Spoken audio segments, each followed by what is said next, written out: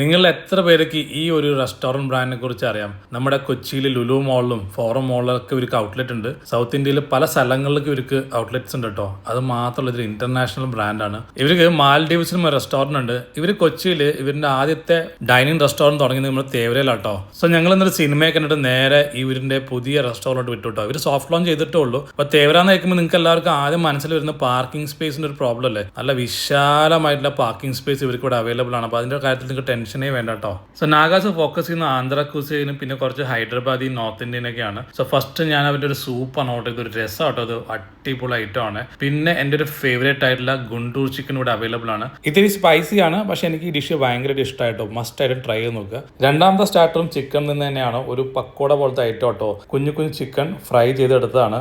Really amazing dish. എന്തായാലും try ചെയ്തോളൂ, പിള്ളേർക്ക് ഭയങ്കര ഇഷ്ടം. മൂന്നാമത് ഞാൻ ഒരു മട്ടൺ ഡിഷും പിന്നെ നമ്മുടെ നോർമൽ റൊട്ടിയാണ് ഓർഡർ ചെയ്തത്. വെരി ടെൻഡർ മട്ടൺ, നല്ല മസാലയാണ്.